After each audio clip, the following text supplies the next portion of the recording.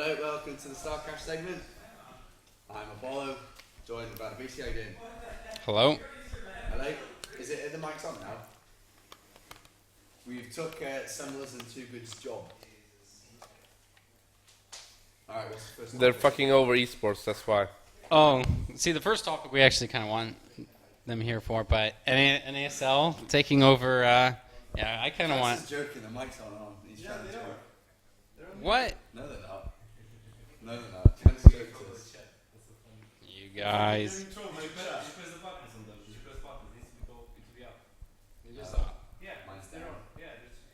Oh, he muted himself. Now it's up.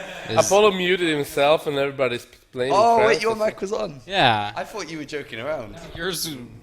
Alright, well, So, welcome. redo. Welcome back to the Starcraft segment. I'm Apollo, he's out of BC. The first topic of the day. Hello, Hellspawn, nice to have you joining us over here. It seems to be quite empty, because everyone's outside smoking. How long does it take to smoke a cigarette? It's taking forever. There he is. Here we go. There's our favorite guy. Hello, mate. That's it, Yeah, you can G'day. sit there if you want. How's it going? Good. How's it going with you? How was the Dota segment and the general news section? I fell asleep during it. It had its ups and downs. I love the discussion for round robin versus GSL format. That was the best part. It's always as funny. I like Hello, the Summer. favourite part of the StarCraft 2 segment is your clothing line that you're going to be releasing soon when you go over to Germany. Oh, what? He's getting into the German like culture and like appeal. What, leather? Your clothing line that ESL are going to do with you, like PJs, T-shirt, Socks. Fluffy ones, too. Yeah, as you can see. It's already going downhill. Let's just say that. I'm not sure why I'm hosting this. I'm the least capable person to do so because I feel like shit. I'm I actually feel the really same sick. way, I'm dude. really sick. So you got hit by the plague, huh? No, In hit Control by gave it to you? DreamHack Plague. The DreamHack flu. DreamHack. I'm not sure if it's DreamHack Flu or In Control It's Flu. the In because- Control. Take control for That it. guy. Everybody gets. Let's talk about. All right, but WCS anyway, yeah. stuff. So the first topic here, which is of course, I would say actually kind of the biggest topic, which is NASL is now the new WCS America They've operator. got a pulse. Super big. Yeah, talk. man. Pulse check. How's The pulse check? pulse check. It fucking the vein burst, man. Blood is everywhere. The pulse was They came back. heart just got. Mike, going you started so a fast. trend. You know that shit? And Live on 3 last night when they were interviewing Russell Pfister about this, everybody in the chat's like, pulse check. Yeah, man. Pulse check. Although in theory, this is not actually NASL. This is hero level. It's funny how when they were doing World of Tanks, they're all like, "All right, guys, it's not NASL doing World of Tanks. It's hero level doing World of Tanks." Yeah.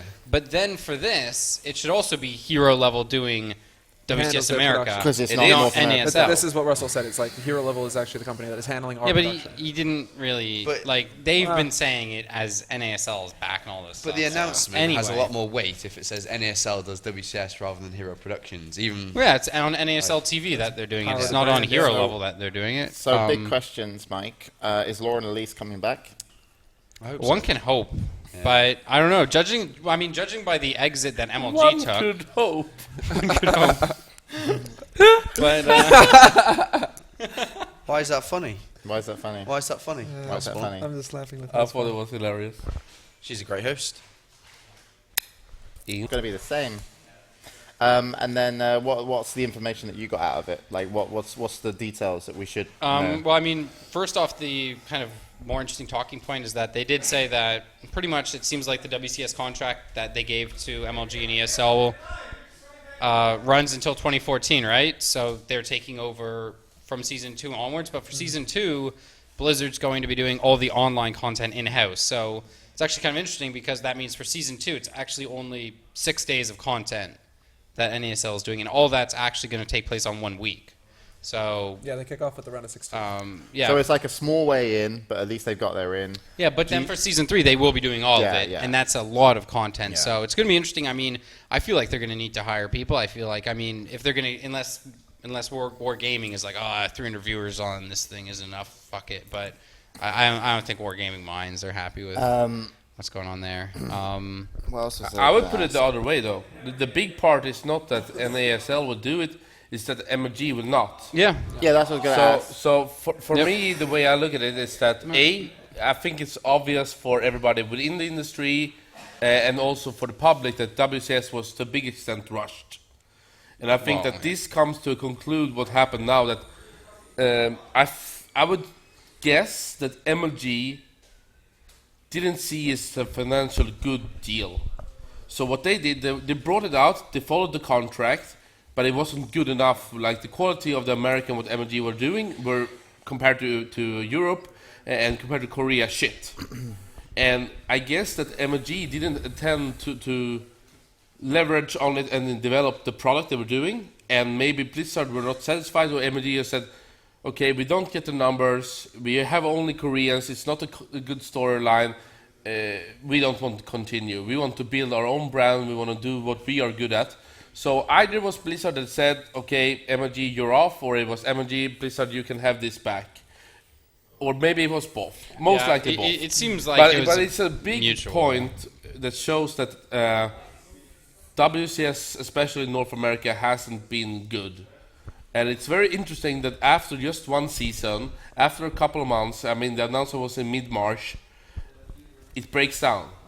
I mean, to me, this, like, whatever the motivations are, this kind of just demonstrates a pretty big failing by Blizzard, that you've come in and done something so big and you've kind of lost your partner. Your partner's like, this isn't working, and Blizzard's probably going to them with complaints, and they're like, well, this is what you're going to get from us for this, because I mean, Total Biscuit wrote a pretty lengthy post on Reddit, and he pretty much came out and said, you know, and it's pretty clear, you know, he was at their offices talking to them and whatnot, and he pretty much said, like, this is not, you know, the cash cow, this isn't like, you know, the LCS contract from Riot, which is probably very profitable. This is pretty much more like, it seems like it's just a contract to get to create this content and have that content endorsed by Blizzard.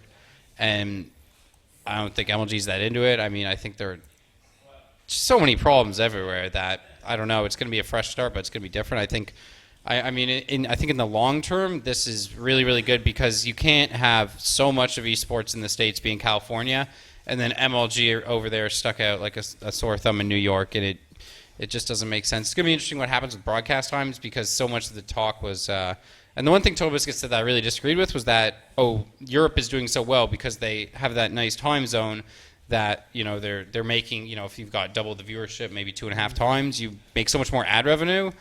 But I think that, like, the ad revenue is a like insignificant income compared to what this costs. Like, Yeah, but I think, most likely it is, but I think also that's one of the points that they want to increase.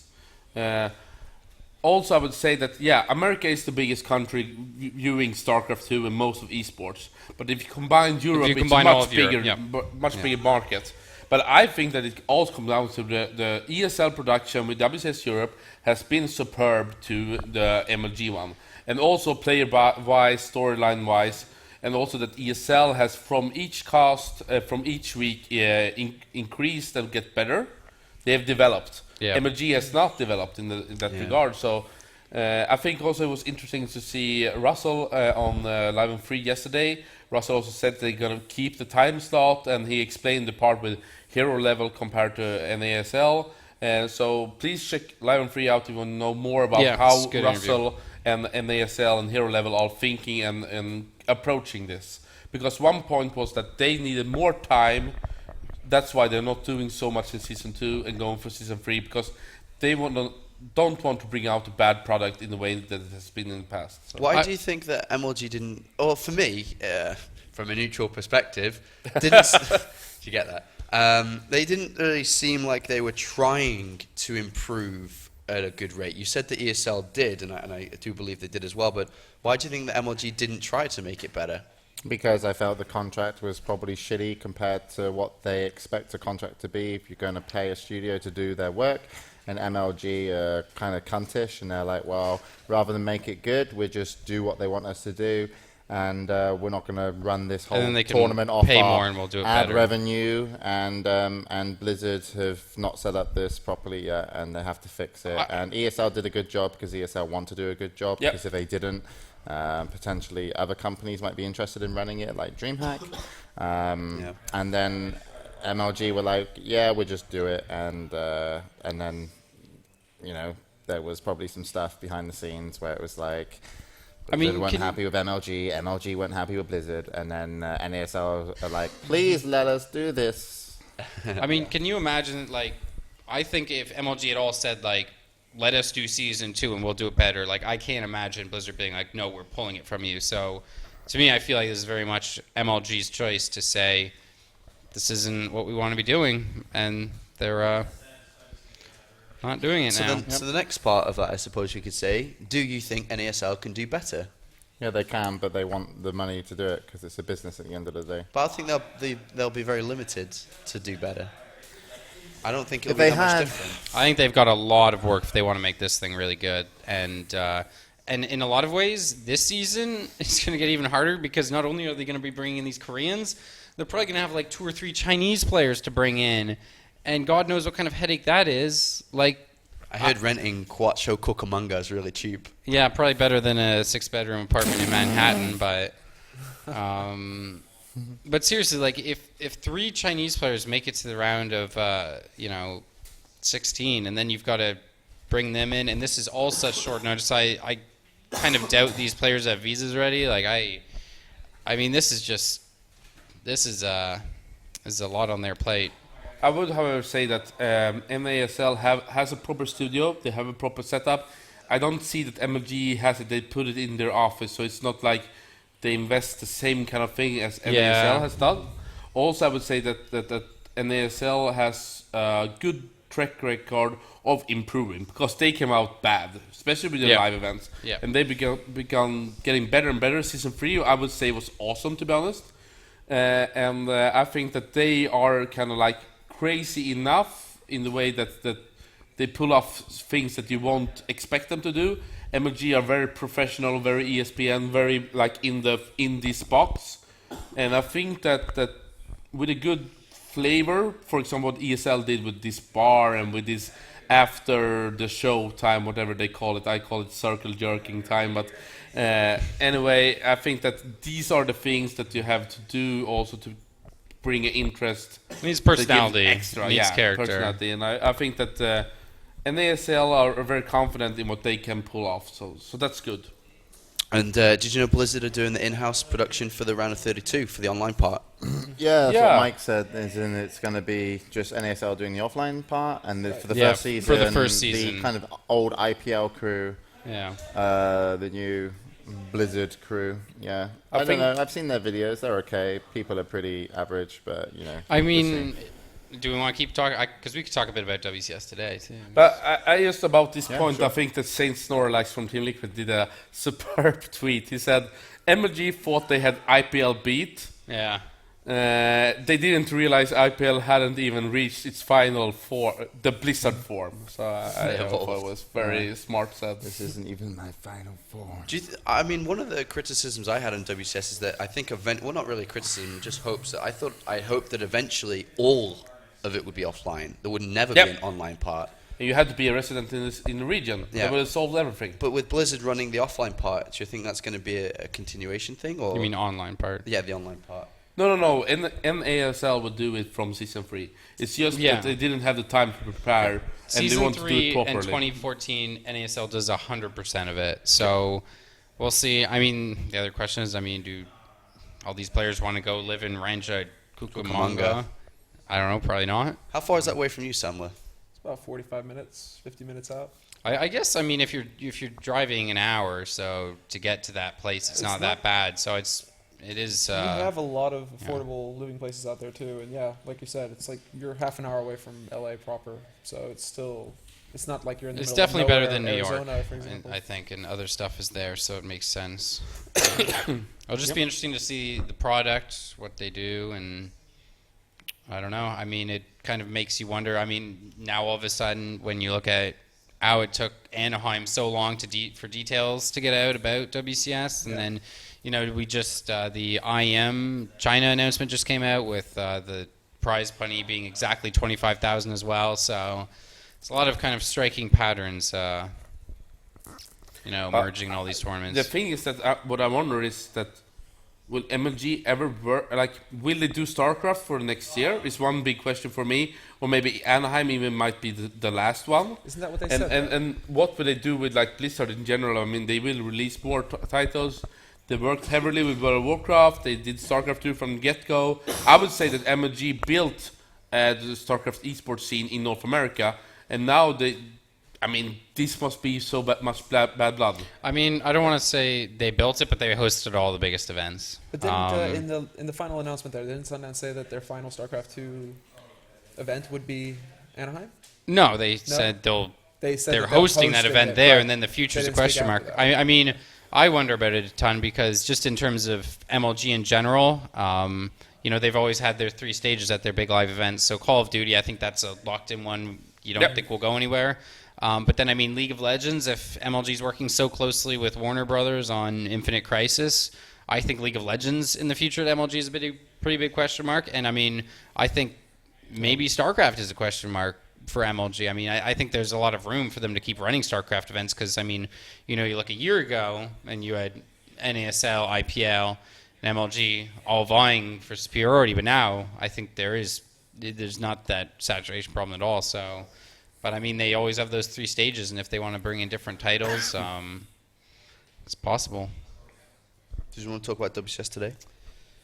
Said you did. Yeah, we can talk about that. Was that the guys that did the DreamHack recap? Yeah. Yeah. I mean, in terms of how it looked production-wise, it was good. The biggest problem I had with it was they were just constantly saying how everything was great. Like, this game was great, and it wasn't me to know, right? Because I didn't know, right? I'm like, holy shit! There was, this guy played against, Show played against whatever, in a great game, and then Mike sat there, and you're just like, what did you say? You're like, the series was. I mean, yeah, I can't remember the series exactly, but it was definitely all like.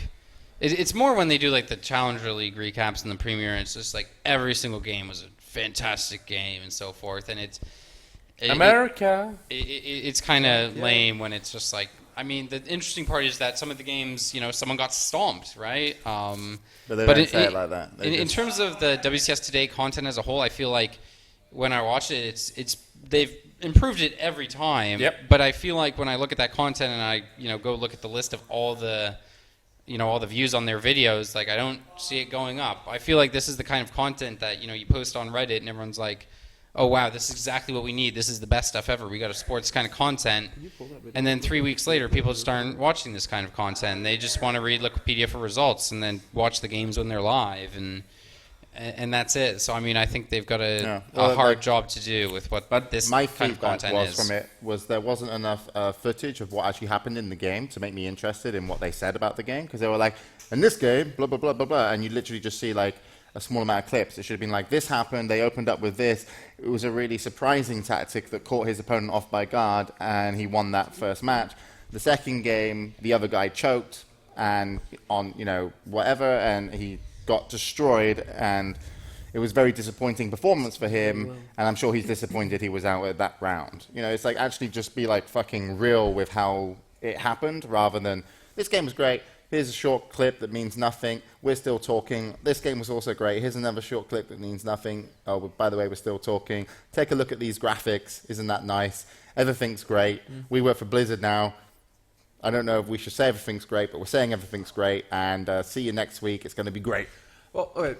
It's like, I just did that was my recap. I think I could work for IPL right now. I think the show's redemption is in the fact that they did do this story piece on Stardust, and it was actually interesting. Like, I didn't feel bored or annoyed watching that. I was like, no, I actually do really want to know more about this. This guy sounds like he has an interesting history, and they're telling me all about that. They're going back and getting old clips of him in his first teams, and they're really building this guy's, to use the buzzword right now, storyline. They're really fleshing this guy out for me. So that part of the show I found amazing, although I did find the music a little disturbing. It was a little bit down-tempo and sad, and I was like, we're supposed to be praising this guy, and yet sad music. So just that. But apart from that content in and of itself, for me, was amazing. I found that fantastic, and I could watch that sort of thing all the time. That would be something that I would want to tune into, because it's like, oh, I'm learning more about these players that I love to watch every day, rather than just watching replays or more gameplay.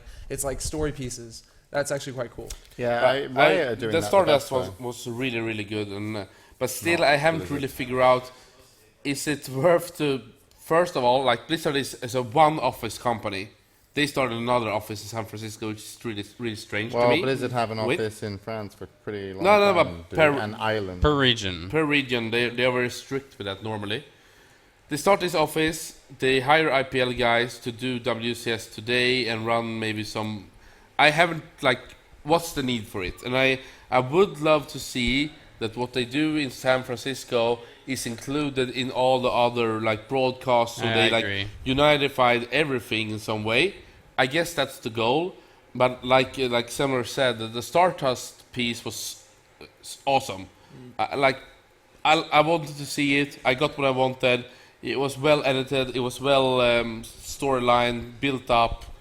But WCS Today overall feels a little bit just forced. Well, the thing is, it's not out of reach for NASL and ESL to do these videos either. If they would make them themselves, then why is WCS Today making them?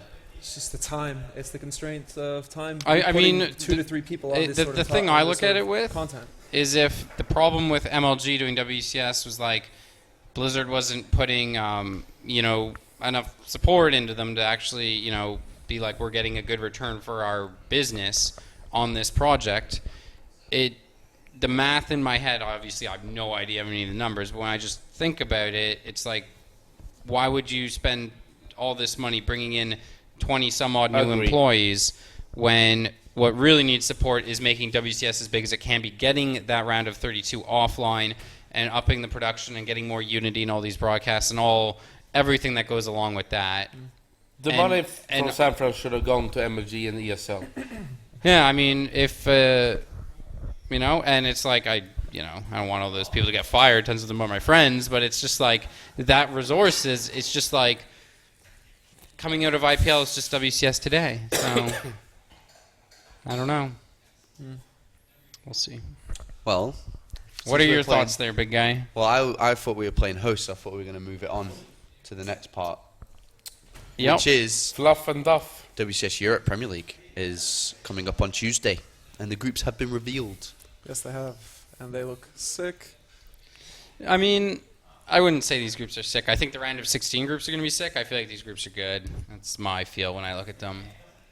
I'm sorry, I'm not doing WCS Today, so I'm not going to say everything is great.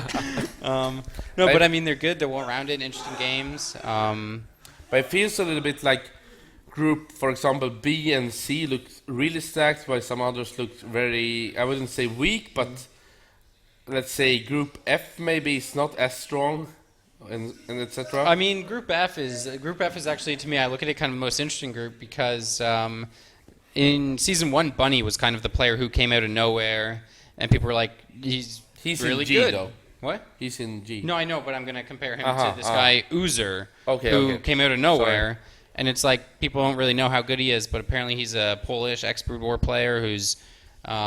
he's always been in Starcraft too. He's always been low Grandmaster, just not achieving anything since forever. And so maybe now he's good. But I mean, Lucifron and Bly, anyway, I don't feel like you can say that group pales heavily in comparison to any of the others.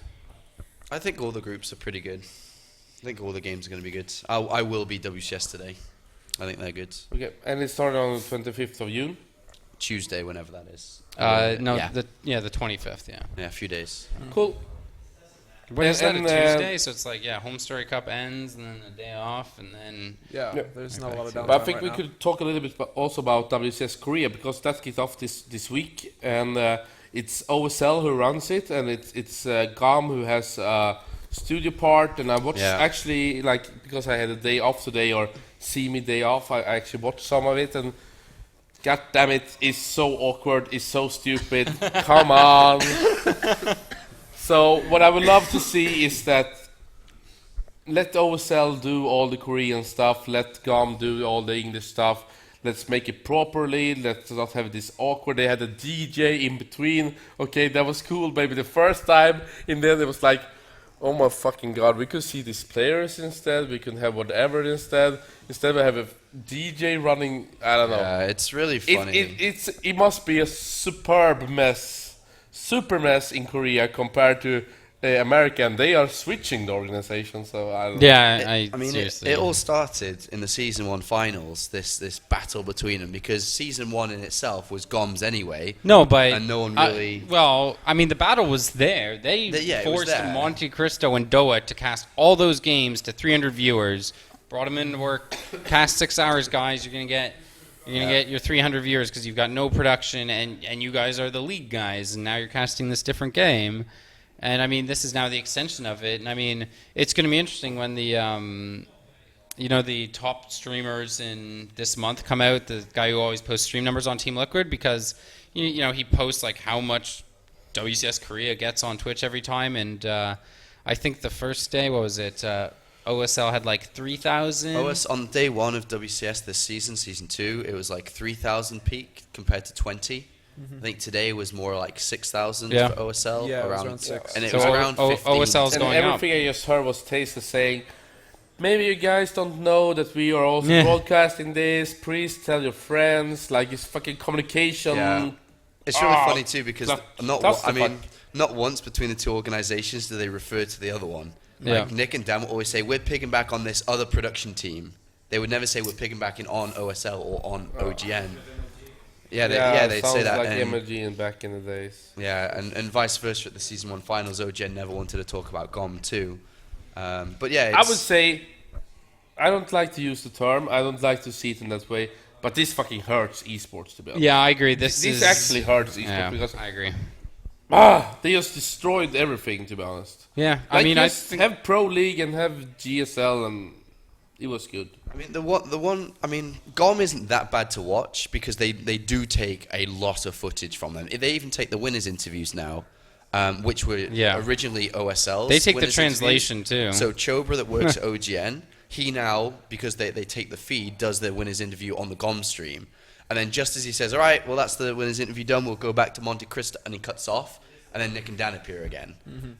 So, I mean, you got that. But I think the GOM stream was good because you do get the player shot still, unlike the Season 1 finals. You did get a lot of interaction with what's actually happening in their studio. What do you mean? You still had the player shots and... No, but there's a lot more of it now, I feel. They're just kind of using more of the other feed. They're using a lot more of the other feed. Well, I think during the season finals they didn't want to show the venue and whatever else, I guess. And so this time they don't care as much. I would like to summarize everything with this, and I don't understand how it couldn't blow up big on the internet, but that was during the finals, the Season 1 finals, when they had this gym cam with Artosis, and they had this lightning show and hype music. It's like, who will become the millionaire? It's zoomed into Artosis. It's like, welcome back.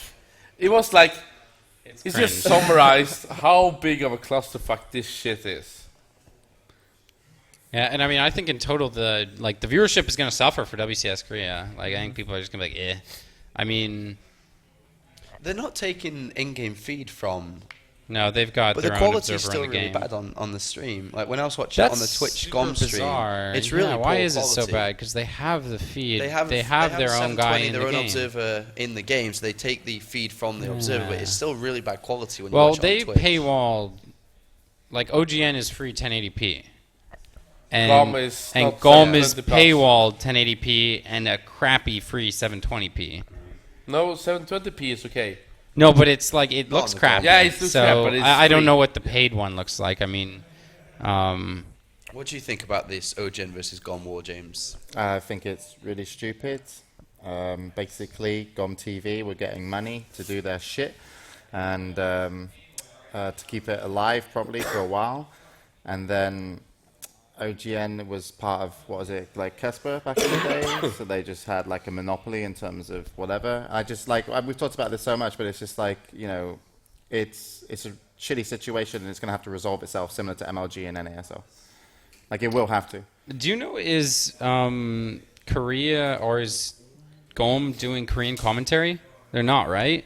I'm not sure if they are. I don't think they are because... I mean, they didn't do it for the Season 1 Grand Slam. They didn't. Yeah, if they were going to do Korean commentary, I think they would have had the 50-50 split. And especially because the English commentary is going out in the GOM studio now. Yeah, exactly. And that's really weird because it should be Korean if there's Korean there. Yeah, so I don't think they're doing Korean commentary at all. So all they're doing is putting out the English stream, but... GOM is not having a Korean Like, I mean, stream. why doesn't, like... So in the studio, they actually have Nick and Dan in front. Yeah. And they have on the main English stage audio. DJ, yeah. And they have just a few... No, the thing is they have the English audio on the speakers and then just like 5 to 10 Taste Toasters fans that come to watch them. Yeah. Compared to OGN, who have the Korean casters, and they have quite a few people in the audience now as well. Looks good in the OGN studio. Yeah. Yeah, I like that. But do you think this will get resolved? I mean, no, because both partners are like, you need us, Blizzard. If you piss us off, we'll piss you off. And so Blizzard are like, oh, we don't want to give it to both of you, but okay. I mean, in theory, OGN, no, they can't fuck with. That's Korean TV. You do what they say. But GOM is pretty much just doing the English broadcast. That's the only thing that actually matters, because I think even for when GOM has it, OGN is doing Korean too, and that's what goes on TV whenever it does go on TV. And I think Blizzard could basically just pull the rug out from GOM, and then Tasteless and Artosis have nothing to cast. And what do? Just keep doing World of Tanks for GOM, or do they go and work for the people who are doing that, right? I mean, of course the community will go apeshit, but I mean, at the same time, this is stupid as well. It's just weird how Blizzard are like, we want to help the scene grow and unify and all this stuff. I don't know what their goals are. I don't know what they're looking, what their final product. It just product. seems like when I look at all of it together, it's like there's not a vision here, like switching partners, this whole thing, the format changing, there's no big vision to this, and there's not even some kind of pointed thing where it's like, WCS America is locked to Americans only, so at least they're going to have a chance to win some money and they can get good and all this other stuff, There's not even that. It's just like, well, Koreans who get on a foreign team can go have an easier time if they want. So, I don't know. It's just like, you might as well have just left Sundance in charge. But also I think that Caldor has done some vlogs about it. Which gives at least some insight from his perspective in Korea. I mean, basically, it's politics between OGN and GOM. It's like, hey, thanks, Caldor. We kind of knew that, buddy. I don't know. No, but I think that the interesting part was that they come to agreements and then they just break it and try to fuck with each other. I know. I've seen a lot of Caldor's videos. I think they're really, obviously, very biased towards GOM. Clearly, of course, over OGN. So it's very difficult to take the information away from those videos. I agree because it is very one-sided, I think. Yeah, I know. Like, he told so many stories, and then it's like, he talked about, GOM didn't have the budget for all this, and then they made the separate channel for the Grand Slam finals that had paywalled subs and whatnot, and it's like, it's just, the whole thing is just bizarre, and it's the kind of thing where I think back again to, the Grand Slam, where it's like day one when there's 4 streams up, and everyone's, flicking between all the streams and making jokes that are hosted in the background, and it's all just a big sideshow that detracts from the league itself. And I mean, you can criticize Riot all you want, but when you watch LCS, it's like, all right, this is LCS, this is about the fucking games, and here we go, it's LCS. And with WCS, it's always like, well, let's see how this is going down, and how is this different than that, and what's going to be fucked up. Yeah. And so me and Mike are going to make a new company called Esports Wankers. And we're trying to get all the contracts, and then we can tell everybody what to do. You do Starcraft, I'll do Dota, and then we'll do... You can do League of Legends as well. I like that, if I'm in charge of that. And no one's allowed to use... And we have to own the rights to esports, though. We have to go to battle and say, we own esports, we invented it, kind of thing. And then anyone calling their game esports has to come through us, and then we get to tell them what to do. I'll let Wargaming in. Huh?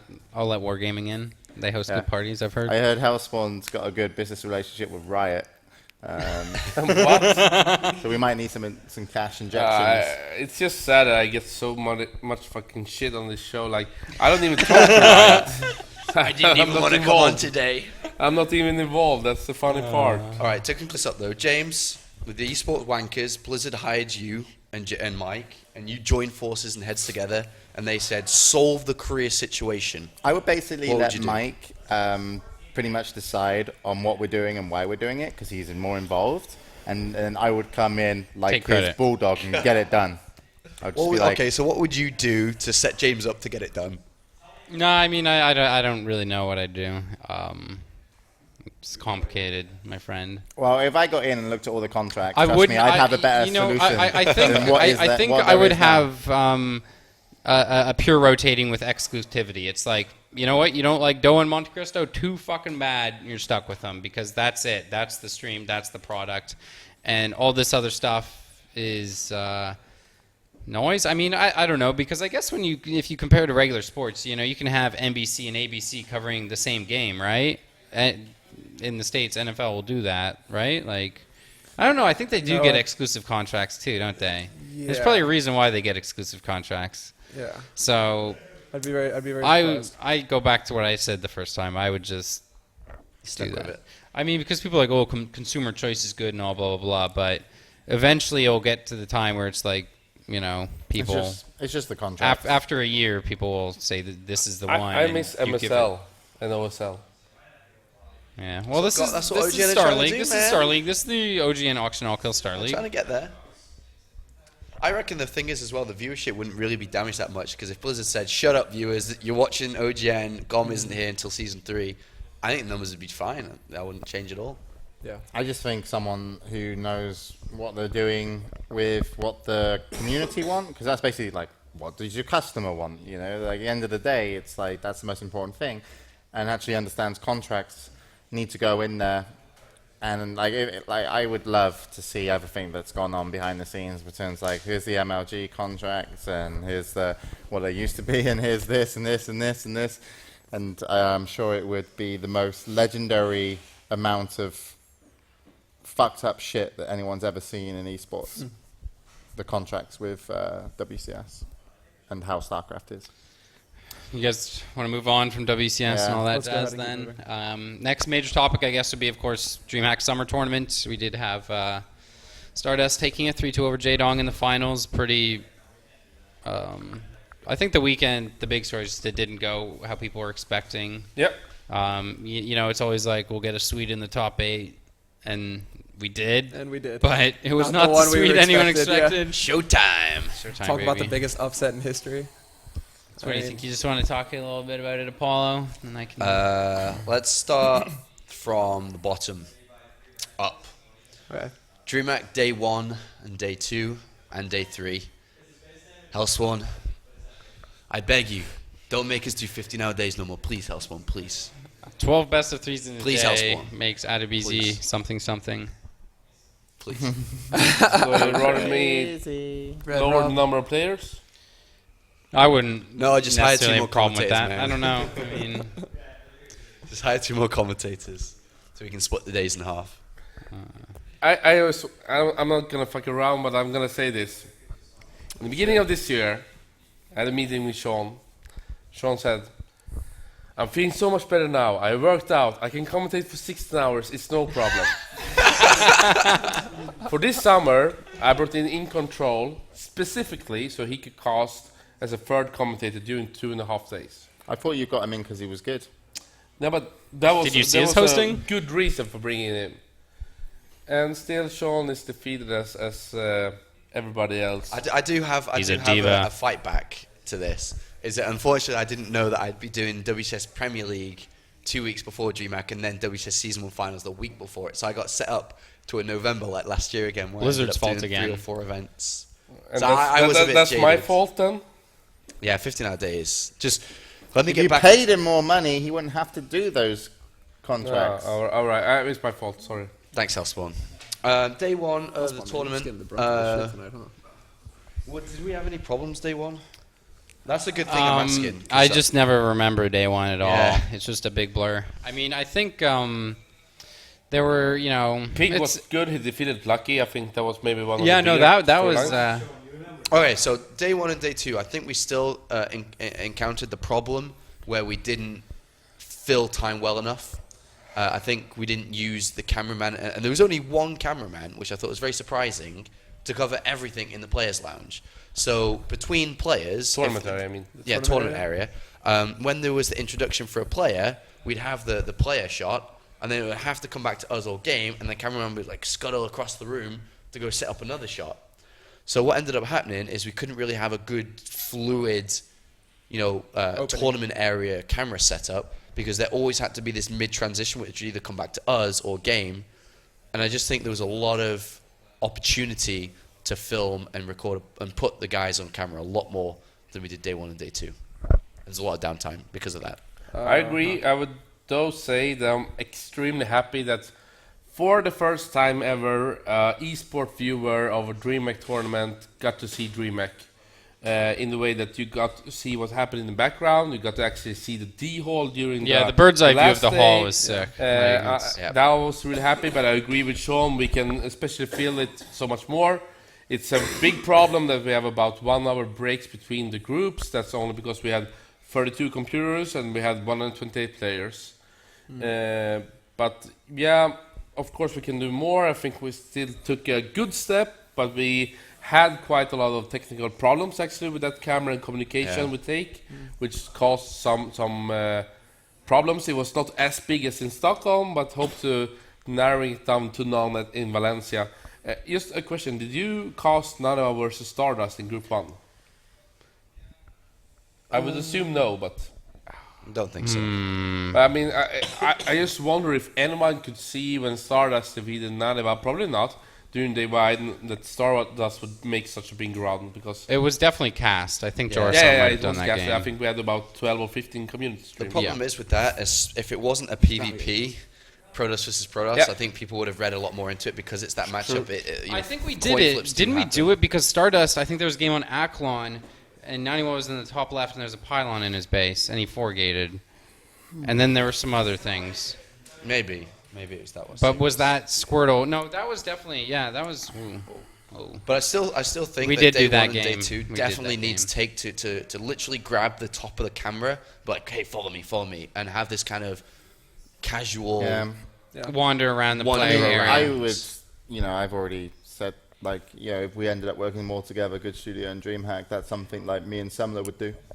Like, if we came in, because like if I wasn't on stage hosting and you had like Jeff on stage hosting, I would love to have like a camera team with me and Semler and just go around and show everybody everything elsewhere. Well, it's just like a constant ongoing tour. Instead of being like, all right, find someone and interview, and then let us know when you're ready and we'll throw to you. Just be like, all right, we're going to you, and just wander around and see if anyone wants to talk to you. If not, just keep wandering around and Find just so much there. I would say that is the idea. However, with a very hard way of communicating, when it's not like you can fluently talk to each other, then you have to more set it up. Otherwise, you can come into a very awkward situation often. Well, it depends on the guy who's doing it. No, but when it's communication problems, radio, etc., right? The actual technique. Yeah. But I mean, I would have loved if he had the opportunity to like go to the admins and stuff and be like, "What do you guys do here?" Like, we sit here for 15 hours entering information into this PC screen, and just stuff like that. It's almost like it would be sick for like DreamHack Winter and Summer just to have some guy. It's not even like pertain to StarCraft. Just have some guy who just wanders around the venue and talks to people. And whenever there's downtime, you just duplicate that stream. What was that shit called in IPL? Layla Bot? Or? Yeah, Lanny Bot with the what was it? Live View or something? I don't know. It's some premium IPL stream. It was a good idea, but not the best people. Not the best implementation, I think, but it was cool. And also the venue wasn't great for it because it was so everything was everywhere. Yeah, it's like, all right, we're gonna walk down this hall for 10 minutes, and then there's something else happening down there. Yeah. But I mean, at DreamHack, it'd just be like, and hey, that's the thing, because you said with the bird's eye view of all the BYOC stuff, it's like, because I think so many people, like, I didn't understand what DreamHack was and you can't understand until you go, right? But if you have something where it's just some dude wandering around being like, look at that, the opportunity to share. I mean, if you can walk through the D hall, there's always a million things you can do. So I think that overall we took some good steps with actually having a camera in the tournament area, which is just obvious that you should have. Well, it's also, I think it was good that we had the camera in D hall. I think it was awesome to finally bring a proper DreamHack open stage to DreamHack Summer. Last summer it was just shitty to only have Mana versus Demaga on the stage. This time we could have all the 7 games. We could get these show versus live in the booth. We could have all these storylines. So that was also very good for me. Yeah, but like I think also that the second day overall felt kind of good. It was really good games overall. So I don't see that the second day was as weak as the first day, because player-wise, the first day was also weak. the unfortunate thing with the DreamHack format. You can't really fix it, but it's like the first day, because there's 4 heats of group stage 1. It's like you see all those games, and then you only see 3 best of 3s. Like you see a total of 9 best of 3s from the first group stage, and then the preceding group stage you see 6, and then you only see 3 best of 3s. But I mean, that's just the nature of only 32 PCs, and that's just resources. I think that there is what it is. Good ways of solving that. I think that we have a lot of good parts in the pipeline that can solve that, which also will resolve in solving some of the downtime. It's not set yet to roll out, but hopefully Maybe not to Valencia, maybe some part of Valencia, but especially for Bucharest in the winter, we will have some good things on the way. I hope to. I just want to say, like, in terms of the roaming camera, like, the biggest problem is like, it's like, okay, it's a cool idea, but why and who's paying for it? So the one business model is you actually sell it as an additional feature to your sponsors, where it could actually be like when that camera is on and you have the roaming team, you have like, welcome, to like the Budweiser, walk around or something. But you have to sell it then as something else that doesn't conflict with your main sponsors. 2, are the community interested in paying for it? Because the community interested in paying for it, that's amazing. Because DreamHack, you don't sell your, like, when people watch, they just watch, right? 720p for free. So it's like, okay, with this as an additional content, can you do it? Firstly, you probably couldn't do it under the DreamHack brand name because maybe it's too, like, DreamHack are like, yeah, we do shit for free because we're awesome.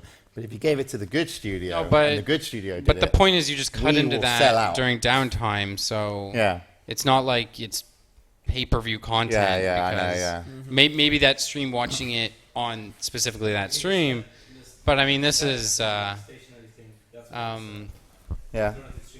But I don't know, the production, it's getting better and better overall. There's always hiccups. You could do that. Like, you could have I don't know, because it's like a lot of work, and the way I feel that the industry is right now is everyone's all trying to do too much. Like, what we're doing is we're constantly growing in terms of entertainment and trying to offer new stuff, but the actual behind the scenes things in terms of how much money is like each different project and each different feature actually makes or brings is not necessarily always cared about.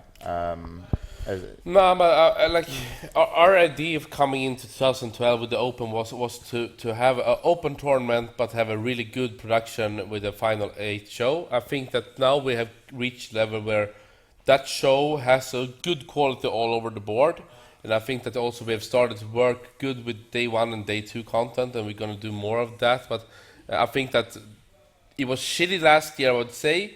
I think it's okay at this point. I would say it's okay. Yeah. But there's a lot of improvements that can be done. I mean, one way of viewing it, if we go like big to like a big audience and not the traditional Starcraft 2 community, I mean, that could be to not broadcast anything and only have the final 8 show, and these are the best ones, to pull it out all of that. But I think that's a bad way to go for it, and I think that having all these streams, having all these games, having all these community streams is a better way of actually trying to get something out for everybody who's paying all these dollars to come to the tournaments and actually get the possibility to be on stage, actually get the possibility to be streamed. Well, certainly from a team perspective. Yeah, and that's an important perspective, because even though we as an organizer, of course, it's not making tons of money, we know that the situation that most teams have is even worse. So, like, it's hard to run a team in a good financial way. So all credits to all the teams for sure. So I think day 1 and day 2 we talked about. Day 3 I thought was really good. The thing is with DreamHack, every single DreamHack, and I say it to Mike every single time. Day 1 I'm like, this tournament is just this tournament. Day 2 I'm like, it's getting a little bit better. And then by day 3, and even the community, they just forget about day 1 and day 2 instantly because day 3 is so good. I still think there's a lot of downtime, though, that is probably an issue to be looked at in the future. Also, I wanted to talk about new members of the staff team. What do you think of Nathanius? I would say that, the idea came from you, Apollo. We had a talk, we talked around, and then I would say almost when we're done with it, it came from like, okay, I think we should bring in Nathanius, you said. For me, it took some days to almost a week, I would say, before I looked him out. I saw some potential, and it made me convincing enough to bring him in. I think that when he came there, he had to take some time to adjust, getting into the crew, getting into Apollo and Jeff and Dennis and Mike. Come on, he's nervous as well. First day, he did okay. Second day, he started to blossom, and third day, God damn it, Nathanius, you fucking nailed it, to be honest. He kicked ass for a day, and during that final 8 show, and when you came by and you saw Apollo, he was standing, you saw Nathanius standing, both of them were so into delivering the best commentary there is, And I think that Nathaniel's way of commentating suited at that time very good with Apollo. You find each other in a very good way, and I'm very pleased with him. Very pleased. What do you say, Sean? I agree that day one, very nervous. Actually, I think the best way to describe him is we all came down to breakfast on day one, basically in pajamas and whatever, just hanging out as we do. Nathaniel's come down in, shoes, shirt, tie, and jacket. And we're all like, all right, well, hello, welcome to day one. No, I can obviously see you're a bit nervous here because you've done that. Day one hours ago. Like, he's been awake for like 2 hours. He's like, breakfast. He's got nothing else to do because he's woke up early. It is always a funny sight. I mean, another good story about another caster his first time is Chef, an IPL 5. We got an email the night before saying, guys, come in about 9 p.m. We'll just do a dress rehearsal, just go over things. So we all turn up there, and I'm pretty much dressed like this again. And Chef turns up, all suited and tied up for a dress rehearsal because he didn't quite get it, not literal dress rehearsal. There are people like that, but aside from his nervousness, I think he did good, especially when it comes to the days. He did well with Jeff. I think you pointed out first that he clicked well with Jeff. Jeff didn't throw him under the bus. They worked well together. I was wondering if that was going to happen. Yeah, I was like, is Jeff going to like him or dislike him, and how is he going to treat him on camera? Yeah, you did well. That's why I because Apollo's, he can work with anyone, and with Jeff, sometimes Jeff can rib people and kind of. I don't know. I was just wondering how it would kind of be with Nathanius and Jeff, but they were good together. And yep. I mean, I think Nathanius, it's like I look at it like just in day two he stopped wearing his fucking tie, and then he was better, right? Like it's because I think on day one I said to him like, man, you should just lose the tie, man. And he was like, oh no, come on, man, I need my tie. And I was like, all right, man. And then day two he fucking shows up with his tie. That's better. Yeah, I think he did really, really well. Yeah, no, it was really good. I thought the commentary is really good. I think, from like a kind of technical perspective, his Terran is much better, similar to how, people like Artosis, Apollo, and Grubby, when they cast their Protoss, like if you know the game well, you notice a marked difference. And then some people play random and they're just fucking half-assed, all of it, and can't really do much of anything. But he's top 20. Masters League, so it was good. I think he did a good job. I hope he gets some more big gigs because we've kind of talked about it before on the show. Like I like that guy just cast Starcraft, man. I think it was like the 2 days later, not even. We're back here and I'm in my room and I just see him tweet. He's like, it's going live, the RSL, and I'm like, dude, this guy just doesn't stop. And 3-hour train ride back, and he's got to fly all the way, and it's just like, no, he just loves Starcraft. He's already casting again, so that's what we want. I mean, I think what was it? Was it Richard Lewis's show or some other show that I was on recently? And I said that esports commentary, especially in Starcraft, just need more guys at 150 followers on Twitter that just love the game, and if they can have the chance to show who they are, Nathanius is out there now, and I think the commentary teams that we have out there. Very YouTube focused and other angled focus and use Starcraft as their fallback point, not really their main focus. Nathanius, on the other hand, he's 100% in love with Starcraft 2 and he delivered that performance. Who would you rather cast Starcraft 2 with, Kalaris or Nathanius? To be honest, they're very similar. But Nathanius, I felt, was a lot harder working in the aspect that Kalaris does a lot of other stuff, I think. Because of ESL, he has to cast natural other games selection. I saw him cast that one. Does other stuff. I think if they put in the similar situation. So you're saying if you went to ESL, you'd prefer to work with Nathanius? No, I like casting with Kalaris. But if Nathanius was there, I would like to continue casting with him. Yeah, of course. More so than Kalaris, maybe. I don't know, more so. Oh, okay. It's okay to like apples and oranges. You don't have to pick, James. Can we shift gear and just talk a little bit of some players that did? Okay, one thing, because just talking about staff members, one more thing is that one staff member, I guess you can call him staff member, got negative feedback on Reddit, and that was Minsick for his Korean translating. Do you have any comments on that? I talked a little bit. The audience are saying every time, by the way, Hellspawn. Huh? Yeah, what Minsick gets told off for his. Yeah, I would say that of course it's impossible for me to judge how his Korean is. I know that his Korean is of course not as good as a American Korean because he lives in Germany, he speaks German. I would say that I think that compared to what we have had before overall, I think I prefer Minzik. And also he's just so nice to work with. He really helps me with the organization, to take care of the Korean players. He knows everybody. He really knows how to work within the production. So in all those aspects, Minzik is awesome. But I don't know. Of course, he might be a cause that some of the interviews are not as good as they could be. I think overall he's doing a good job. But I know that people are, for the last couple of weeks, I would say, it has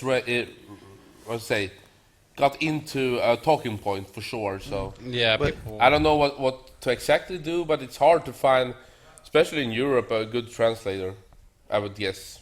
Yeah, I mean, I guess this kind of came up because Chobra did such a good job at OGN, and people just compared both of them. That guy, I mean, he not to taking away, but I mean, Minzik is not a guy who is normal to host a show and do everything like that. And is he called Shobo? Chobra. Shobra, of course. He's just. I would love to have that kind of guy at my events. Not to take anything away from Minzik, but he would take more of a role that the Jeff has or James has, because he's a really natural of hosting, and he's like, he did so well at the finals. And he comes from League of Legends, right? Like he does with OGN. Yeah, he works for OGN and primarily League. Yeah, he does most esports. Yeah. But I mean, even Smix isn't a host, and she does really good translating stuff as well from her previous MLGs. I mean, there's kind of two things. There's like being a host and doing that, but also just being on camera and speaking naturally, knowing how to use a microphone, which is not necessarily being a host and controlling a crowd and interacting. I think Select also did good in Stockholm, right? When he did Select translating. Select was good. And I mean, a big factor is too the like just being familiar with the players and the people, right? Mm-hmm. It's like the first time you have any host, if they're interviewing someone they've never met before, but then if they do 5 more events and know all these players and is familiar. So I mean, that's why I think Smix is great, and that's who was that guy at MLG who always got thrown in, and then there was like some big drama around him. Milkis. Milkis. R.I.P. But I don't know if you compare Wani with Minzik, I don't know who is. For me, it seems like they get about the same out from each interview. I don't see a big difference. Both of their interviews never seem that. Both of them, it seems like there's always a lost in translation. Like you don't feel a connection. It doesn't feel as like personal with the person whose comment is being translated. I mean, I think during I saw a tweet from Wax Angel where during DreamHack Open he said he's like, I don't know if it's a good thing or a bad thing that Rice just told the Korean to say something fun. It's like instead of, I think Jeff asked some. I remember that he said, you going up against this guy, could you kind of smack talk him a little bit? And Minzik translate that, just say something funny, man. I think that was one thing that Wax Angel said. But yeah, the other thing with one thing that was like depressing is that Game Heart was like pretty shitty. And I mean, I think it was BattleNet in general. Something maybe there's. We had big problems during day one. But yeah, there was a lot of the GCs and stuff. I mean, I don't know. I don't think it was Game Heart related though, but there is. I think it's any time you have things that we from DreamHack's side could do, which will limit those kind of problems. So it was not BattleNet maybe, but it was. I think any time when there's like 5 languages doing the same game, that's when we have problems. When there's 12 people in the game lobby, that's when we have problems. When it's just like me, the 2 casters, the 2 players, never an issue. So that's also a main reason why we don't have any community streams except of our partners doing the Final 8 show to get it as smooth as possible. Yeah, I mean, I'd really just it sucks because with Game Heart, there's a couple nice features like the zooming out and the in-game lobby that lets you know exactly when the game starts. I don't think it was Game Heart related though. I'm pretty sure of it. I think it just kind of, I don't know, I feel like it exaggerates it, but yeah, I don't know, it's kind of annoying, but anyway, we can talk a bit about the games, I think. Or just players, maybe. Well, yeah, both. I mean, I would say for my sake, I was impressed by Harstem. Yeah. At least result-wise. Tilo once again pulled through. He came top 5 even though he was knocked out in the quarters. Yeah. Seems to be his forte, or to say that he comes. You can't get to the round of 4 basically. Yeah, but he still gets qualified. But he still got the money. That was his thing. I was talking to him before. He's like, Tilo. Oh. He's like, every DreamHack, I fall one round short of the money. This DreamHack, I'm making the money. Yeah. He made the money, and then he gets nailed. That's because Hellspawn changed it to round of 8 instead of round of 4. They get paid. I think top 8 is a good way of price distribution. Definitely. I was surprised by Lucky. He got knocked out in the second group stage, right? Upset, yep. Bunny got knocked out in the first group stage too. The Premier League yeah, star. it's crazy. Oh, shit. I think one guy who did really good was Tifel. I don't know how strong he is, but Tifel seems to do some proper results. Yep. Yeah, he's been doing better and better. I mean, he beat Naniwa, I think, in Challenger League. Yeah. He's been doing better and better, so it's cool to see him on... And then I also wonder, how good is Daishi? Because Daishi seems to be performing very regularly now. He was an average Terran player, I'd say, below average at the pro level in Europe, in Wings of Liberty. But with Heart of the Swarm, he's been performing very, very well. When did he go out? out? Is he a patch Terran? He's a patch Terran. Expansion Terran. Expansion Terran. But I mean, I kind of almost expected more. He went out in the round of 30. Oh, he went out in the round of 16. Yeah, so that's a good finish, result. though. Very good finish for him. He's also very new to He's in lands. Premier League as well. Yeah, that's what I was gonna say. He's in Premier League, yeah. And he's been doing great online. But I think he just went out in the first group stage at HomeStory Cup. So Yes, he did. Yeah, I mean, he's not consistently there yet, I feel, but he's definitely like a Terran that Bunny everyone's are like watching. these two Terran players which are very up and coming in the European scene. Shows me and Todd got top 16. Yeah, really impressive result for Todd. I mean, it was kind of interesting because there were definitely like this was a tournament where some people got easier brackets than others. Yep. And like when I saw round of 16 Harstrom versus Show, like no offense guys, but you know. That round also has like Jaedong versus Stefano and Hyun versus Gumiho in the same round as Harstrom versus Show. It's kind of like, holy shit. Then of course we should mention Shov. I don't know how to say it. I was in Kiev back in 2011 when he won the European Inter-Extreme Masters. I don't know where he came from, to be honest. I don't think that anyone was seeing this. Huh? Basically, he left StarCraft 2, played a shit ton of Diablo 3. For almost a year. Yeah. And then he was like, got really good at it, Diablo 3, trained up some whatever skills like managing money, on the auction house. And then he brought that back into managing minerals in StarCraft 2 and nailed it. Yeah, just to talk about those games against life, it's the only time I've ever I was observing that game on Star Station, because it's funny because all the production guys usually it's like they're into StarCraft but they're not too nuts into it. But when everyone's realizing that wait, this is game 3 and life might go out here to Show, everyone in the area just kind of starts crowding around, and it was just I was yelling at my screen, the player lounge, man. Just blowing my mind that the way that game played out, and it was I mean it wasn't the cleanest game, but those were fucking hype games. Did Show play well? Did he? No. No. Okay. Just flat out. He did. It wasn't I mean, you couldn't erase the name and give me the replay, and I'd be like, oh, is that Innovation playing? It wasn't like that. Yeah. But he did play well. I mean, I don't think Life played his best. I mean, I feel when I watched Life at MLG against Flash, Life was a better Life, but it doesn't change the fact those games went how they went, and it was crazy. And Show did definitely exceed expectations, and big time in terms of just performance, not results. In terms of how he played the game. One thing I did love about that as well was actually when Show won, the reaction of his team. Yeah, I know. Same thing when Stardust won too. It's yeah, it's sick when you see those guys pile into the booth and they're so holy cool. fuck, you won.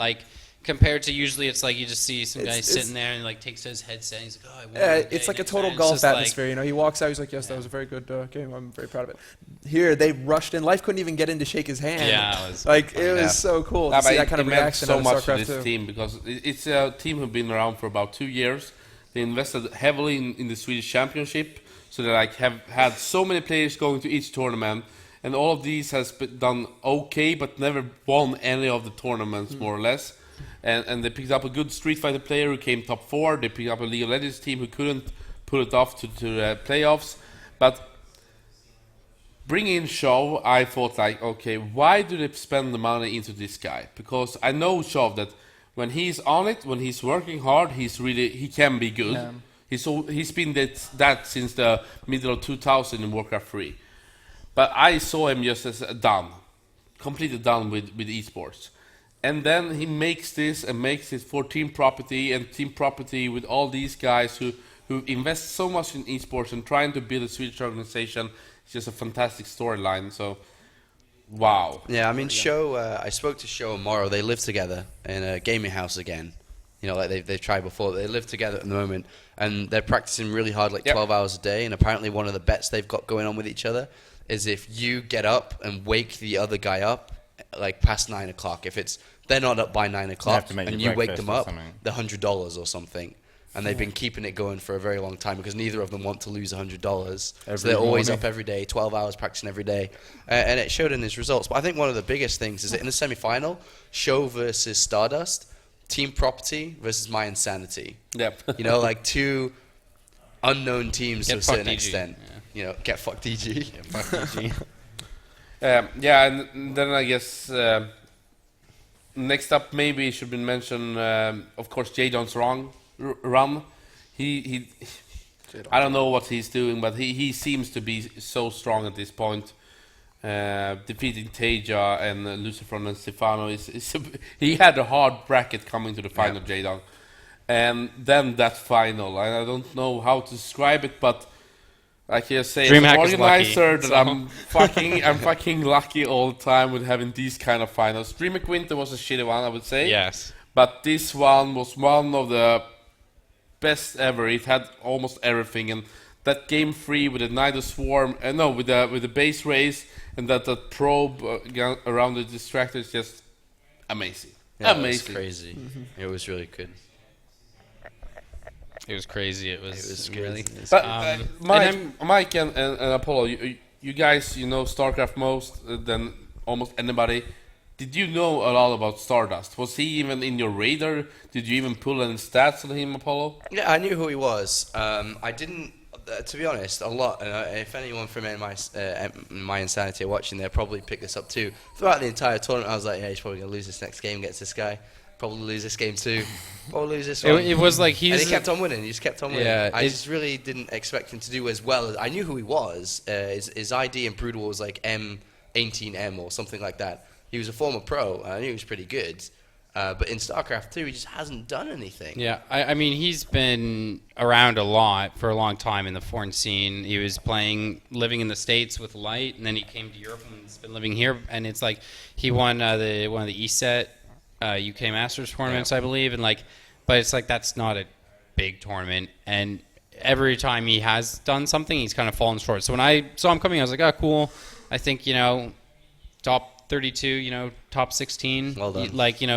There were 13 Koreans. I saw him, being in the bottom 4 or 5 pretty much. And I think anyone else would pretty much say that. And, he's got a massive influx as Twitch viewers. And it's Twitter actually followers. Amazing, and it was really nice to see because I feel like a big measure of how successful a tournament was is how much a star it makes of that winner. And WCS America, it's were people going nuts over here? Or not really, but Stardust, this guy used to get maybe 100 viewers on Twitch if he's lucky.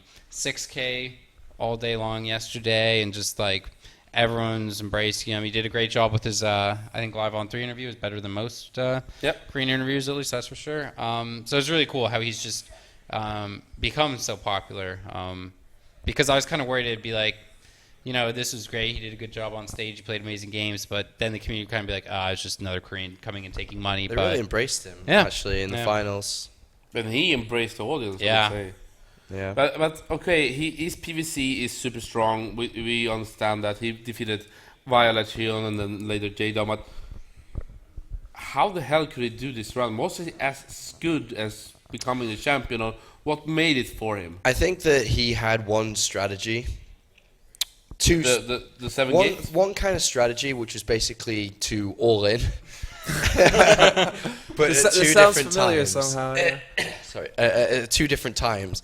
And it felt like these players were trying to adapt to it throughout the tournament and couldn't quite get there yet. So in future tournaments, when he plays again, I'd be interested to see his pros versus again, because then I don't think they do as well. I don't think he'd do as well. But then again, there's me doing the same thing again, he's going to lose this next game. So I don't know, but I really felt that the Zerg players like Hyun and Jaedong just knew what was coming, but didn't quite know what to do to deal with it. And that's impressive in itself. Even you can say that it's gimmicky and cheesy in some way, but it's still impressive that you see this game after game after game, and you still can't but it wasn't find robotic. the formula. That's the great thing about it, is it on the was, last game of the finals, is Jaedong basically said, all right, this push is coming at 12 minutes. I'm going to play as greedy as fuck before 12 minutes. I'm going to have a great economy. I'm going to crush it. But it came at 11 minutes because he knew and saw that Jaedong was adjusting himself. So he went a minute earlier, and Jaedong wasn't ready. So he was adjusting this, the strategy around the players he was playing against, which was nice to see. So superb understanding. Yeah, just really knows how to play a series. And just to rewind a bit, I do just kind of want to brag for a second that I did predict that Show would beat Life. So really? What? Yeah. No. What? No. I did. No. I did. No. Was this just like... All right, so when you have, David versus Goliath, and you tweet, David's going to win. If he doesn't, Goliath's going to win. And then when David does win, of course you're going to look great. I said the upset of the century is coming up. Tune in, guys. It's Show versus Life. Well, just to end the part, it was everybody said Life versus 127 players. Everybody said Life. Was he maybe the biggest favorite since back in 2011 when MC came to Europe? Or have you even remember a tournament where someone, maybe even Ovation? I think he was at DreamHack. At DreamHack specifically, he is the most favorited player to win the entire tournament. I'd say that even over Lenok last time. Mm-hmm. Yeah. Oh yeah. I agree. When it comes to innovation in any tournament is probably more of a favorite than Life will ever be. Yeah, I mean, if you send him to any foreign tournament, I mean, even almost I felt the Grand Slam. Yeah, innovation is just number one StarCraft 2 player. For sure. There's no argument about it. So any tournament that he was goes not to. favorite coming into a tournament. Yeah. Yeah. Yeah, given that lineup, definitely. All right. Well, what else we got? I can't talk on StarCraft. Sorry, guys. I didn't watch it's the fine. games. We're having a good dialogue. And you're just looking good just- there, so it's fine. Well, I'm trying my You look best, great. but it's not What's next, going Mike? great. Shower today, guys. Next, we've got actually that Major's going to be released from Team 8. Do we know why? Basically, they're cutting 4 players' Uh-huh. budget. I mean, actually, this, to me, kind of foreshadows a big question. What does Pro League look like next season? That's my big question. I agree. It can be very... I could see this, just to speculate. I think there's going to be less teams. GSTL getting removed, some of those teams joining Pro League, because I think that 2 teams might go away from Pro League. Well, that's another OGen versus GOM thing. 2 teams. No, but that's one. well, that's the funny part because it's not OGN. I mean, it's a 3-way we've got, right? It's OGN, Kespa, and GOM. I mean, what is it? IEG, which is basically Kespa, right? So IEF, right? IEG. And so IESS is StarCraft. I think Kespa might be more willing to work with GOM than OGN because Kespa is not as much the broadcasting company, so they're less competition. And if they can merge those leagues, because I think Team 8 has been sitting there. Hey, we'd love to have a sponsor for how long? I think is a question mark if EGT will play again. So there could be 2 spots, and I mean. From the ESF teams, I don't think Prime is doing great. I mean, it's kind of hard to say, but I think LGIM would be the obvious choice, and then the other one's kind of hard to say. I was gonna say Startail as well, but I think Azubu is on the up and up as well. So I think there should just be 2 divisions in the team leagues. that was sarcasm somewhere. Okay. I reckon there should be 2 divisions for team leagues rather than 2 different leagues. That could be very completely. good for Korean esports. Because if you just have 1 division and just a select amount of teams, what happens to all the other teams? Yeah, Don't they play team league anymore? Yeah. So if there's 2 divisions where you can get promoted and relegated, I think would be nice to have. So if it was 10 teams in the league, because I don't think there's really. Maybe there could be 12 teams in the whole thing, but. It's interesting. I'm looking forward, talking about Pro League, to the playoffs. That's always my favorite part. Mm-hmm, It's like any sport, right? You have the day-on-day games until eventually 6 months later you have the playoffs, so the top 4 play. That's going to be really cool to watch. And Major's going to play Flash as well. They're sending him out because, of course, they're eliminated, so he's going to play Flash. But, yeah, I think the playoffs will be very good. Very hype. All right, next subject. Ex-Lord retires from Starcraft 2, guys. This is He his leaves second XMG. retirement. Wasn't so surprising. He had some good comeback in his comeback, but yeah. Yeah, he Can I kind just ask, was he in WCS Premier League? No, he No, was he not in wasn't. WCS at all. No, as far not as at I all? know. Okay. I don't know, but as far as I know. I don't remember seeing him, so... But he had bigger success in Warcraft 3 than in Starcraft 2. His biggest success was that argument thing he had with Stefano at HomeStory. That's the number one thing. Oh yeah, because he was he? Maybe I'm wrong, and I might be wrong, but was he the player in the game against Panda Tank in the WCS Challenger qualifier who I think it was clearly one game, but Panda Tank lagged out and Yeah, that was it. He didn't want to restart from the replay. Yeah, he refused to restart from the refused to replay restart, because it's like, oh, you could see what I'm doing. It's like, well, Yeah. I know you just have a bunch of fucking endgame units and you're sitting here on Daybreak. It's like Daybreak, you can just see the entire map, I think, in that match, but it doesn't matter. But anyway, so he retired. Speaking of movements, our next topic is that Apollo, our dear friend, is going to be departing off to Germany. Yeah. And ESL TV. Oh, it's been nice knowing you, Sean. Used to be a friend. What? It sucks, man. No, it's fine. Now we've been talking about this, all the studio stuff, for past couple of months. It feels like it's been ages. It's fine. I mean, Yeah, so that's why we don't obviously talk we about knew it this much, was coming, but still, when you wrote your little blog thing, I was kind of like, oh wow, It's actually happening. It's Yeah. kind of different, but And we're going out Saturday night to get drunk together. Yeah. We did that well. Last Last hurrah. And maybe we'll probably work with you again. When we do Starcraft stuff. That's when we do Starcraft stuff. Yeah. Well, Mike, how'd you like commentating? Mike's going to solo cast. But no, it's been a real pleasure to have you here. You've probably had the best work ethic to improve your career than anyone I've ever known in the industry, and you have to follow the game, and I think it's a great choice to go to WCS, and we'll follow your career, and we, as I said, we just, it's been good, so thanks for putting up with me. Did you read the little thing I wrote?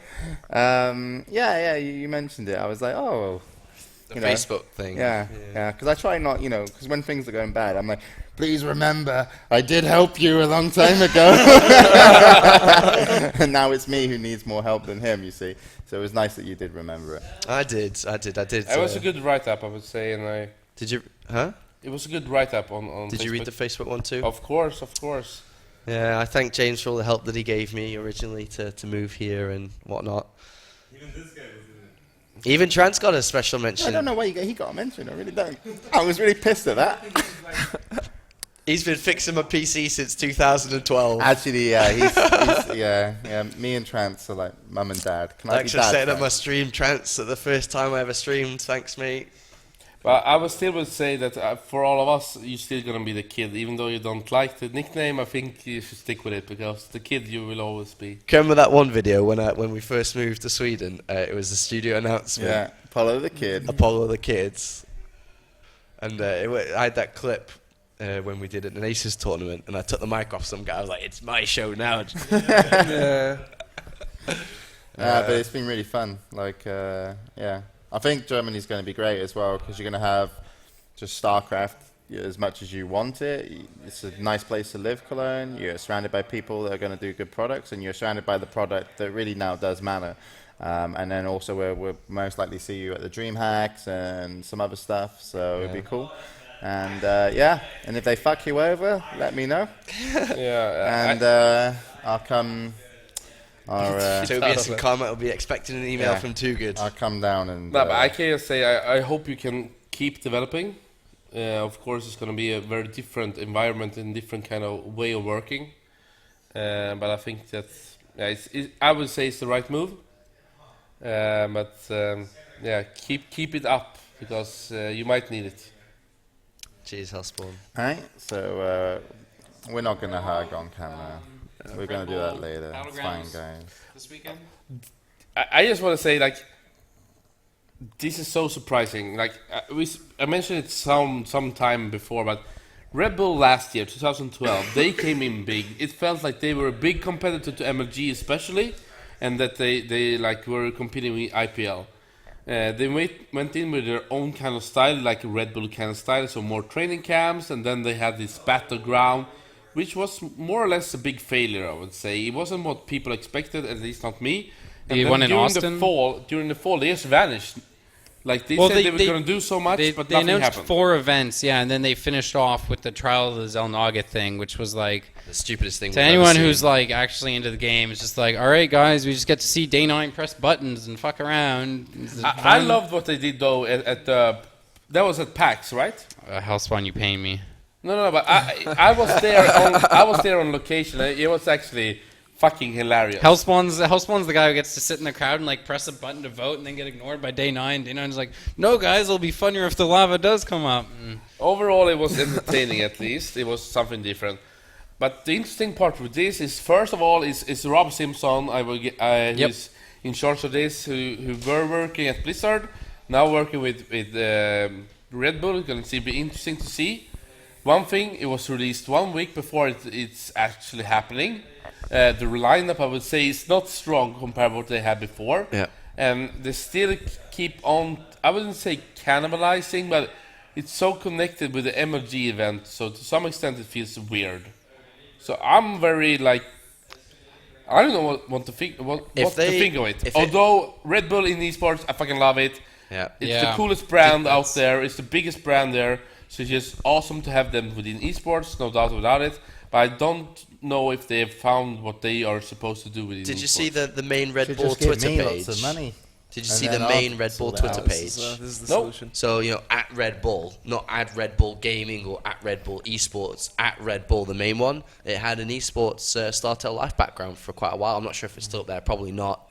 Ah, But, cool. And they switched their, it used to be Red Bull Gaming was their Twitter they used for all this Red kind Bull of stuff. Sports? And they renamed it to Red Bull Esports, so... but yeah, I mean, I'm kind of with you. Like, this event, to me, it's just like, I would rather see them, sponsor teams in bigger ways. DreamHack sponsor Red Bull Open. certain events, possibly DreamHack in bigger ways. But, like, this, it's like, I'm sorry, the whole training land idea, it's like, that was born out of Halo. They did that because they would do these training lands before MLG events and stream these Halo games. And it's like, okay, that makes sense because, no one is streaming off consoles at home. That was kind of before Twitch exploded and all of those other reasons. But, like, I'm sorry, but, like, flying these 2 B-teamers from StarTale House to the U.S. for this training LAN, I'm sorry, their training environment is better in the fucking StarTale House. Like it makes no sense. It's a cute idea, but this in practice doesn't work. And then you just host a $5,000 tournament at the end, and it's just like, I'm sorry. The thing is, with practice, it's probably the most boring part of StarCraft. We're gonna force you to there talk as about this and ever stream is. this and whatnot. The thing is, and- it's so unrealistic to how training actually is on the Red Bull things because I remember one time I watched it and it was like Sheth is trying to conquer the 60-minute build or get to somewhere at 60 minutes, and in reality, in practice games, as soon as you go past, or let's say a better example, at 6 minutes he wants to be here. In the Red Bull lands, past 6 minutes, the game went on and we played a 20-30 minute game because it was a part of the show. In training, it's instant quit, go again, instant quit, go again, instant quit, go again. And it is so repetitive, so boring. And if that was to be how Red Bull was to actually do it and how training is most efficient, it's not good to watch. It's really boring. Just the idea as a whole, it's like people have personal streams and you go watch that and it's like this is an idea. It's like just like MLG ported over their Halo format to Starcraft 2 tournament, they've ported over this piggybacked event that they host 1 week before MLGs and do a little training thing. It's like, oh gee, yeah, I know I'm going to MLG, so I would absolutely love to go and publicly practice games and have them broadcast to everybody before I go compete in this tournament. Like, that's the worst possible idea. I'm going to give an idea what Red Bull could do with esports. Listening, Rob? They should either do the biggest team league, like live, over 1 week, run a proper team league, or a national league, region league or whatever, like an all-star kind of thing. I think could suit Red Bull much better. Or just give me a shit ton of money for the good studio so I can tweet at Alex Garfield, mine tastes better than yours with vodka. Hellspawn, what? Not yet, Same. man. Like, if we look at if we look at the Red Bull training LAN, and I said the Red Bull training LAN, I guarantee you it hurts the players more when it comes to training to go to that event than actually being where they are at home practicing. It's very good though to be in the same region when you're gonna play though. Why? For the Koreans. Well, time wise. For them to get adjusted. I mean, it's that's the only good thing. There are some out of perks. it, There could be, that it but- hooks onto another event. But isn't like the Muslim Standalone. going, for example, and like Yeah. it's like why does he need to go there? Okay, Is the let's- Muslim going to Red Bull? Ooh. Yeah, he is, yeah. tweeted there was about it earlier. There was a really funny tweet by Carmack today. Apparently, Muslim tweeted something like, on my way to the Red Bull LAN, and then Carmack replied, are you even allowed to say Red Bull on Twitter? Or something like that. And then the Muslim like 2 seconds later he's like, I love Monster. I just But- wonder, Yeah, he said I that just wonder before, what happened when Nano was like shipping in the Red Bulls at the ESL. got a spanking. Got a spanking, yeah, man. he got Good slapped hard. Spanking. Like, I mean, think about it from Grubby's perspective. Do you think that it's really worth it for Grubby, training-wise, to improve himself, to fly to the west coast of America, No. to fly back to playing Premier League next week or the week after, whenever it is? Anyway, we'll see what they do. And I mean, also leading in with that is that the very same weekend, It's HomeStory HomeStory Cup. Oh, it started. It started this Started afternoon, today, yeah. yeah. The thing No, it is, started- that, What, it's hasn't been- it started? Started today. Yeah, started today. Yeah. I said, the thing is, any time they overlap, HomeStory will crush Red Bull I think LAN. I talked to Take a bit about it, and he said they did adjust some stuff. I think he might have not been too happy because he was trying to talk to Blizzard quite early on. And I think actually even Red Bull was talking to Blizzard early on too, trying to make sure dates didn't collide. But It's interesting They though did. because he take us to WCS Tier 2, so why is it allowed to be something else going on? well, that's the thing. I think the broadcast times do not overlap. So it's kind of weird that Take said that. I think he shifted things because, in theory, it should be like, sorry, Red Bull, you have to move your thing. But either way, I think there's no actual overlap. It's just the same weekend, which I still think kind of hurts the events, especially when Grubby is someone you fucking love to see at HomeStory Cup. And so forth, but HomeStory Cup did start off. Yeah, so it's far. all over the front page of like Reddit. Yeah, no, There's there- been a lot of good there's stuff been a- actually come from it. They opened the show. Korean casting club. Yeah. They opened the show in a pool. They right? opened the Yeah. show from a pool outside by the pub. HomeStory Cup? Yeah, Yeah. in a pool. So there's A kiddie water pool. everywhere. The thing is, though, it had terrible Yeah. lag. So actually, you couldn't really enjoy the intro. And also, what I thought was really funny, did you see when they were signing the board? It was like on marker that was like getting rubbed off because there's water everywhere. And Yeah, no, I whatnot. didn't. I couldn't. I couldn't couldn't see tell if anything. it was just because the frame rate was so bad because it was lagging. But I was just like, I can't tell what's going on with them signing this thing. I But mean, it looked great, though. I was like, if this didn't lag, Yeah. I'd really like what they're doing right now. So it's too bad it lagged. But they're going to have a great event. Oh, Like, I mean, so far day one has been good. It's all over Reddit already. Kittens. They've got nice numbers. sorry. But they didn't have so great numbers today. I think they got up to like 30, 25. So much, because when I was in the middle of the day, it was like 11K. Yeah, it always starts. I mean, I saw it like Put they up overtook Mike's GSL way. pretty quick because they were streaming at the same time, and they got up to 13 pretty quick. And then I mean, the first two groups, it's always really bad because it's a weekday and you've got no North Americans. of So course. HomeStory using GSL format. I think they got at least 27. Jeez, can we do something You about meant fucking dual kittens eating tournament. garbage? Maybe. No. All right, it's fine. Yeah, they're fine. But yeah, they had like MC solo casting. They're rotating people around. They got the Korean casting. they squeezed clan. like 5-6 screens onto the that same was thing. really funny. They were Then they're all like, "Oh, it's hot in here." Oh. they were all doing this. They were hot and stuff. They were all swearing all the time. It was so good. And the things they say and can get away with on the stream. If I was to ever say it in a professional cast, what they were saying, Well, HomeStory Cup isn't really a professional cast. but still, the things they were saying, it was Guys, funny. it's a really nice format. HomeStory I Cup. still kind of look at HomeStory Cup, and I feel like 32 players is too many for that Yeah, tournament. I agree. I feel like 16 would be good, but maybe you could find a format with 20 or 24. But no matter what, it's just a great event, and Take does a good job, and it's fun. Yeah, I So- think that's one of the biggest complaints I heard about HomeStory Cup, even though it's not a really big one, is that it started to get a bit crowded at the house. That's the only thing I heard, really. Have you been to one? I haven't. I was going to come to this one. I really wanted to, but I've I've- done like 3 events in a row, so... Yeah, I've been to them, and the later ones when they get more people, it's really kind of like, oh, and they get they don't get stressful, but they're like, oh, make sure everybody's not getting in the way of stuff, because their house is smaller than ours. Yeah.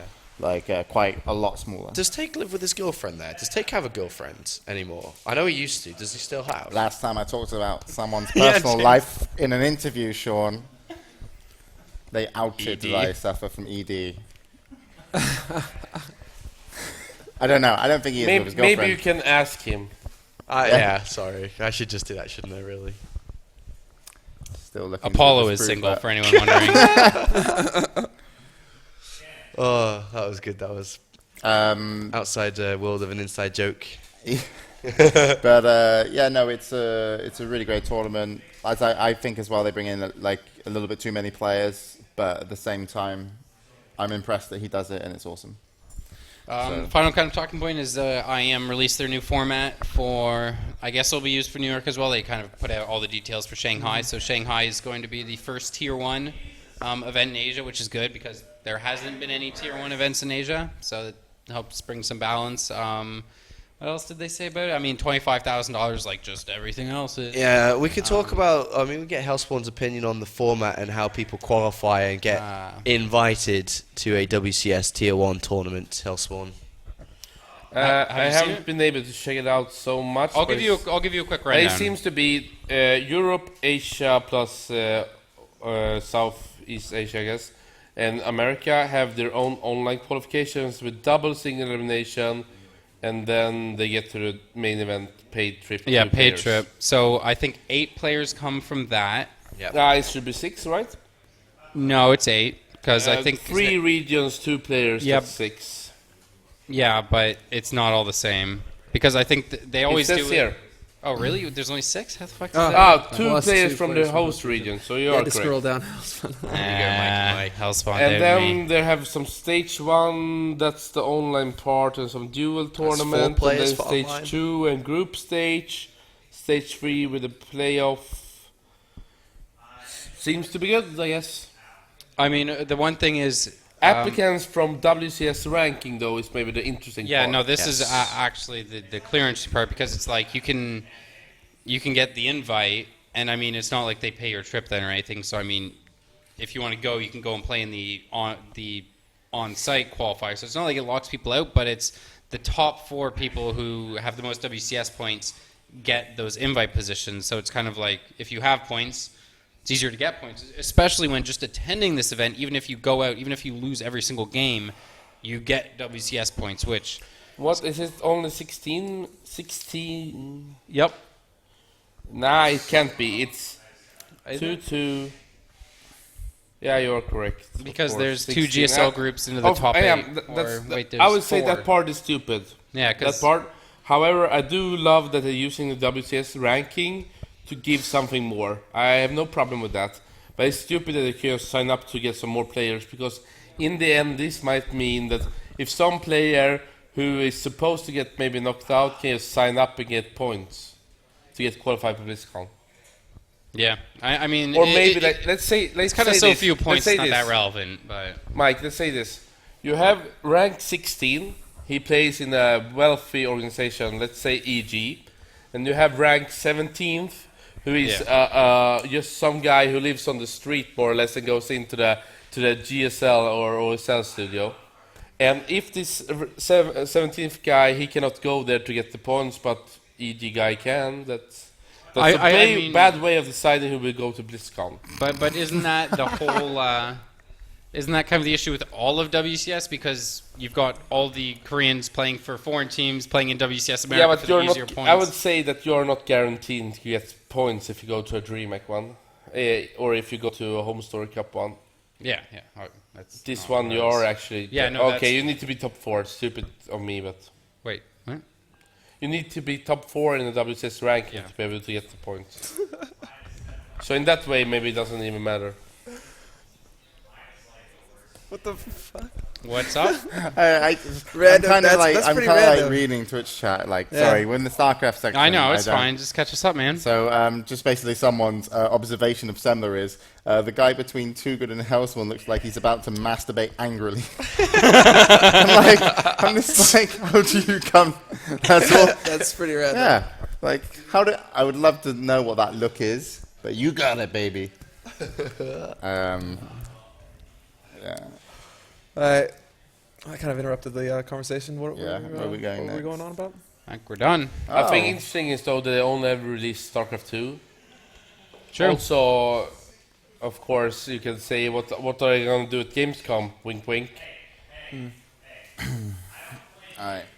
So, yeah. I love StarCraft tournaments at trade shows. I think the best place ever is you put that thing in a trade show and...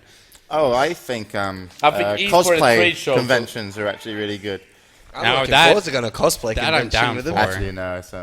Really, is it bad? I've never been to one. I went to Comic-Con, but there was, I don't know. Is it good or bad? It's actually quite good because they get on quite well, but it's also cool because when I'm not on stage, I get to I get to look at the chick who was from Cosplaying? Heroes. You know that chick, Save the World, the cheerleader? Hayden... Yeah. Pen- It's the stare at her. tear Like, thing. sweet. Have you got any advice for me going to Comic Con for a first time or any comic thing for a first time? Cosplay thing? Cosplay girls are crazy. Should I, is it, I mean, I've never met a cosplay girl. They're fun. They're fun. Well, it's just like, He's they're single. not much like cosplay. It's just people live their lives how they want to live their life, and they like same with us gamers. Like we want to play video games. They want to this is their escapism. So it's just like I get on fine with them. I was like trying to like date a cosplay chick. I was like looking for them on Twitter. Really? Just because, I thought it would suppress the need to fuck multiple chicks if I could just get one and she could dress up them up. differently. Really good at disguises. And therefore, but apparently you can't lie to the penis. You can't lie to the dick, and it would know. And I'd still Maybe, want I think that's actually just your ED, so... and I still want to just break up with her, apparently, and just go elsewhere. You can't trick the big man.